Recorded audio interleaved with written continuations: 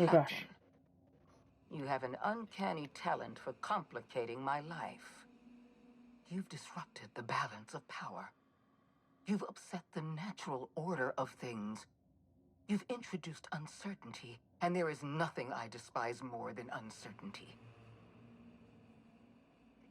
Sure. Do you imagine you're leading some grand revolutionary army? Those Yes. barbarians from Monarch are running wild in my prison. I suppose I have you to thank for this indignity. You're nothing but a rabble-rouser.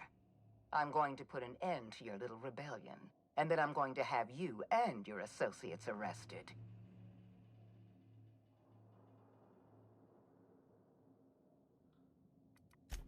I have no intention of dying on Tartarus, Captain.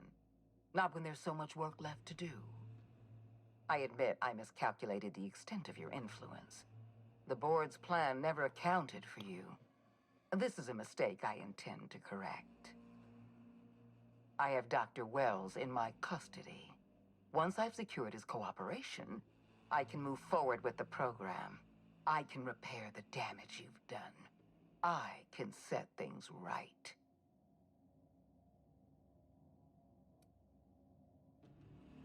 I'm aware of your propensity for violence. Halcyon is a bloodier place because of you. I take no pleasure in this, you know. I simply have no other option. Leaving you alive is too great a risk.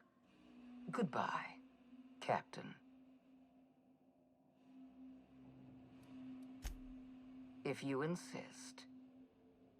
This prison is equipped with an automechanical warden. Yep, I've had I it see 'em. programmed to eliminate you on sight and rinse your remains down a drain. And don't worry. I will inform Dr. Wells that you died heroically or something. How dare you? Oops.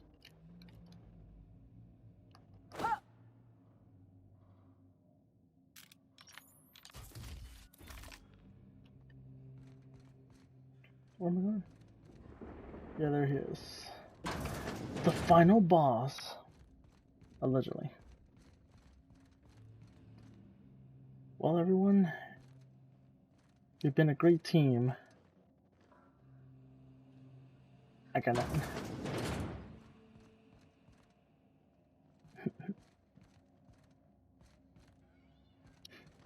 Let's do this. For freedom! No, I'm out of your face.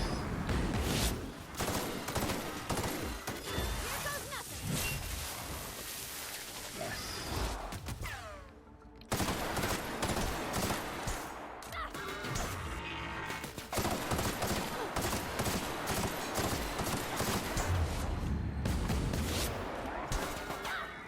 Never anger a Why are you man so of the far, Max? cloth.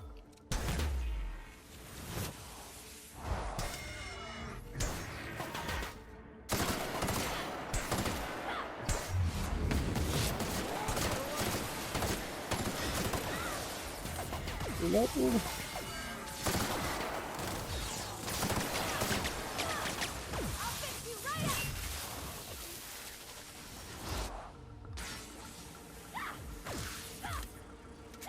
Okay, so barrels.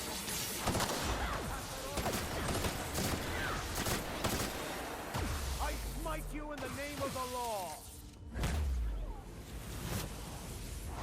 Nice.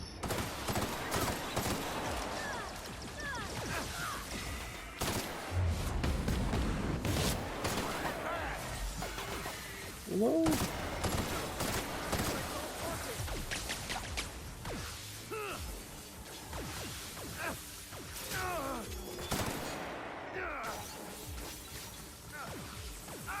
Ah.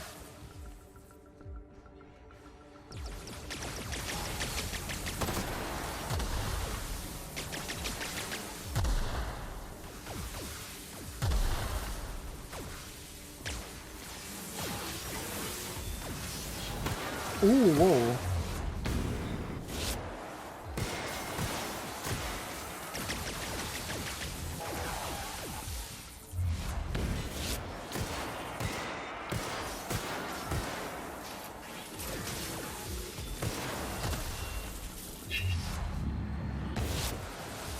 Nice. You're dead! Oh no, he's not.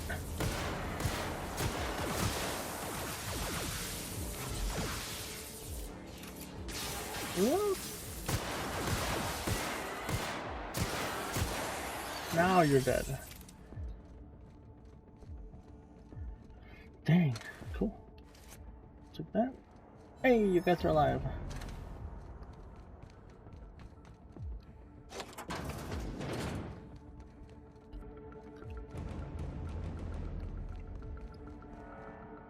Dang, look at this.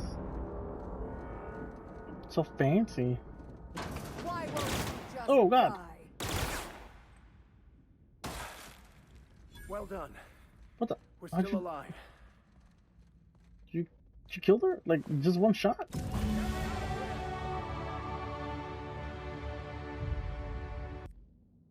That's hilarious. I was trying to like line up a shot and it's like whoop.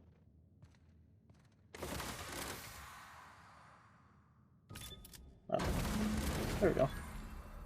Hey, I just level 30. You don't know how glad I am to see you. You did the right thing. Akande was a monster. Her death was much deserved, and long overdue. And you lunatic, you broke into the board's own fortress just to rescue one doddering old man. You are absolutely out of your mind, and I can't begin to thank you enough.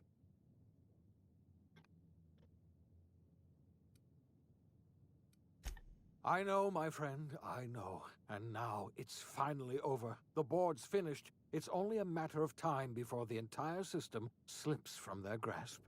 You've broken the board's stranglehold on this colony, and you saved my life. But there's still so much we have yet to accomplish. You and I are going to have to work harder than ever to save Halcyon. I'm afraid the situation is far worse than any of us ever anticipated.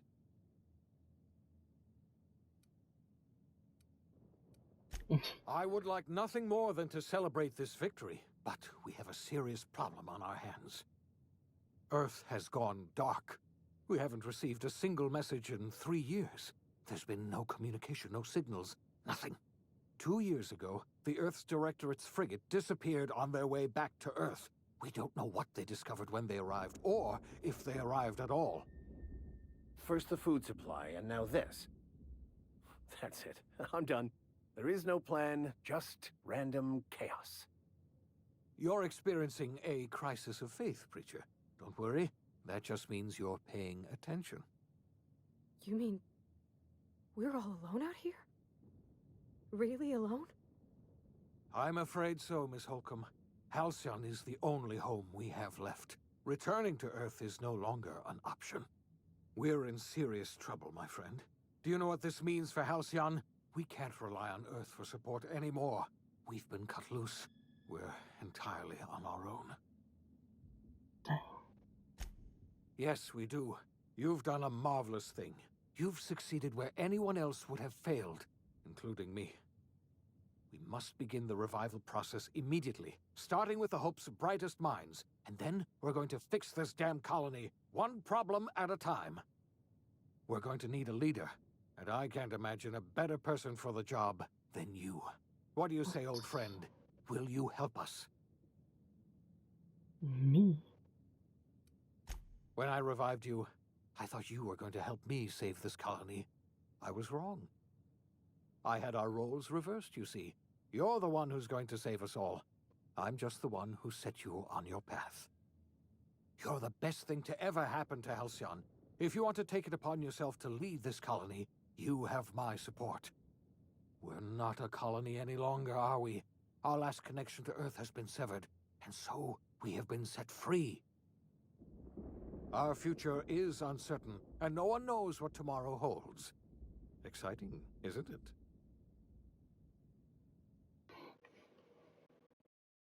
Dope. The OSI teaches that everything in the universe happens according to the grand plan. But the stranger that arrived in Halcyon was an unplanned variable. From the moment he landed in Emerald Vale, his actions altered the course of history. The events on Tartarus brought about the end of the board's authority. But the board's mistakes would haunt the colony for decades to come. The damage they left behind would require the work of a generation to repair. Dr. Phineas Wells began reviving a handful of the Hope's colonists: engineers, scientists, technicians, and intellectuals. They were among the brightest minds the Earth had ever sent out into the stars. The Hope scientists and engineers woke up in a colony descending headlong into total collapse. With no way to return to Earth, they had no choice but to band together and devote themselves to the cause of saving Halcyon. The people of Halcyon were nothing if not hardy.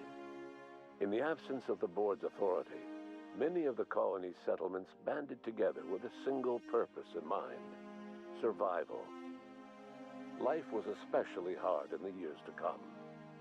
Some towns dissolved by attrition and starvation, but most of them found a way to carry on. In the years to come, Halcyon was forced to reckon with its newfound freedom. The board was gone, and for better or worse, the colony was responsible for its own destiny.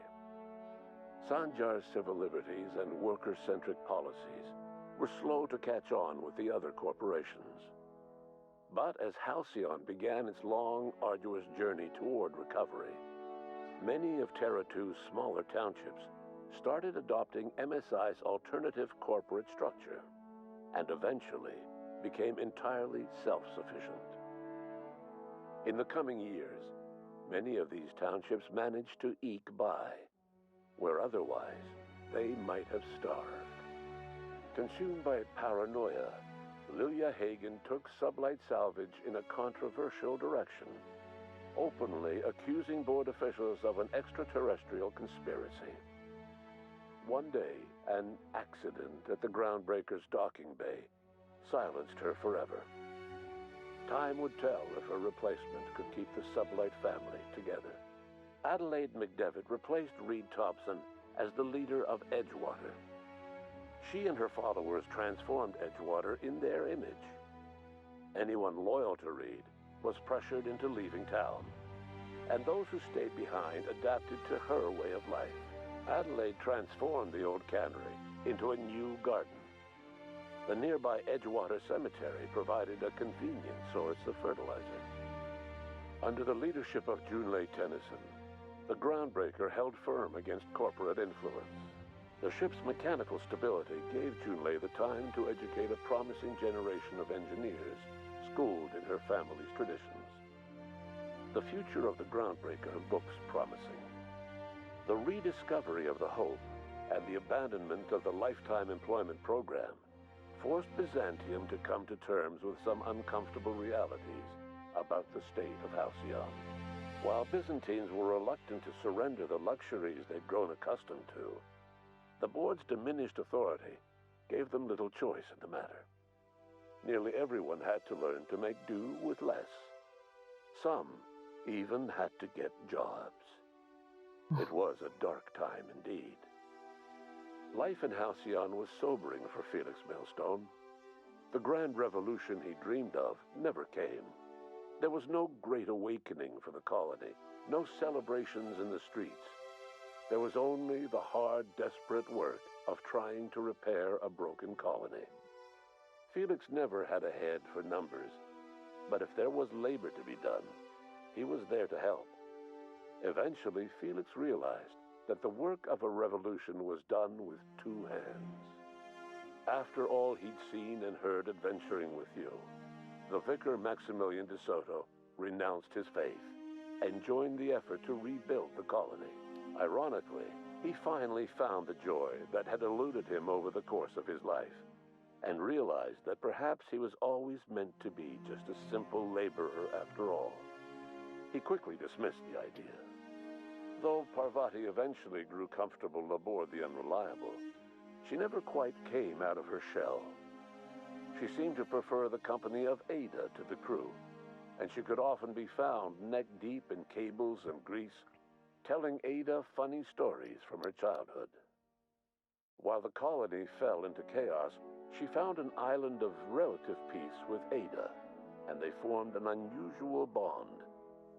she decided to remain aboard the Unreliable permanently as its chief and sole engineer.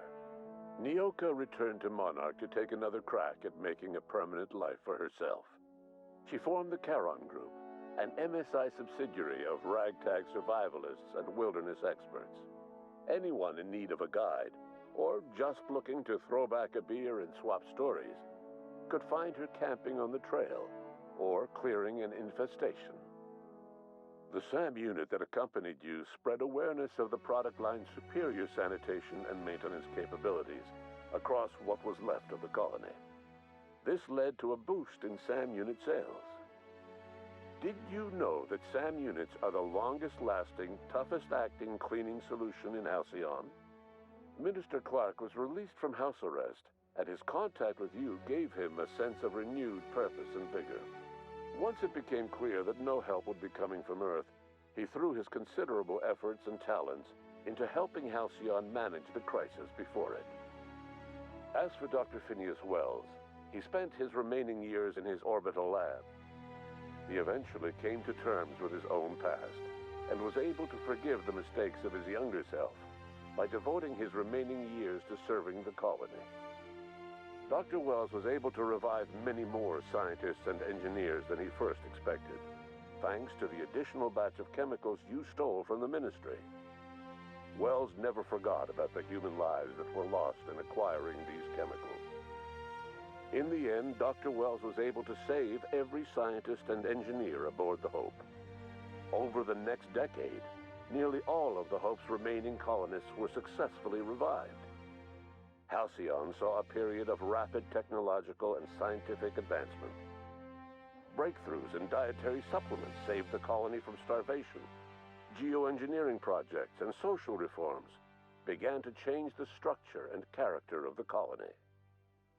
Dr. Wells laid the groundwork for the project to save the colony, but he would never live to see the fruits of his labor. He passed away a few years later. His work was carried on by the scientists and engineers he revived. Today, Halcyon has stabilized.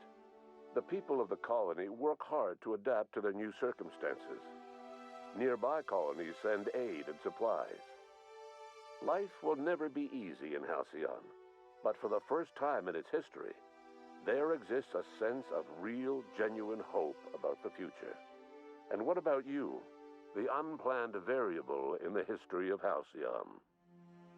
Long after Wells passed away, you carried on his work with more energy, determination, and brilliance than he could ever muster.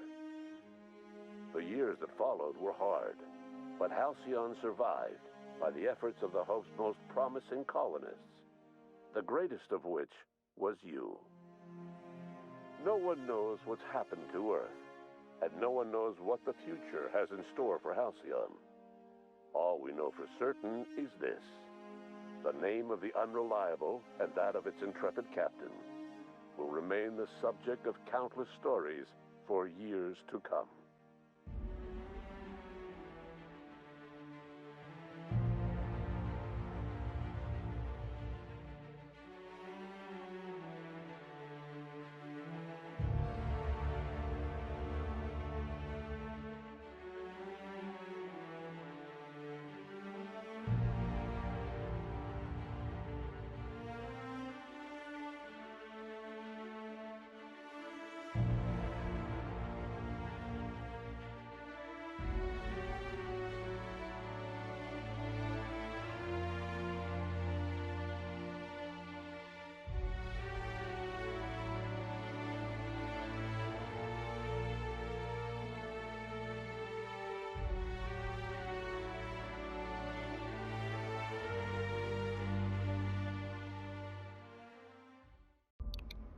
Awesome. So, just beat the game. I honestly didn't think I was that close. Thoughts? Amazing. Well, I mean, great. It's a great game. I really enjoyed it. There were probably a few things that I was just like still trying to get used to, and it doesn't help the fact that stopped playing it for a while. But yeah, great game. I really enjoyed it. It gave me that it almost scratched the itch of a Fallout, but since the Fallout show came out, they came out with the Fallout 4 like PS5 upgrade version. So I'll probably be diving into that later. And but like playing this also, I'm like, I want to play New Vegas and Fallout 3, but I can't because I just don't own them. I think the sort of games I need to look for to own physically. But yeah, I guess next would be the DLC. There's 2, I believe. The Paralon Gorgon.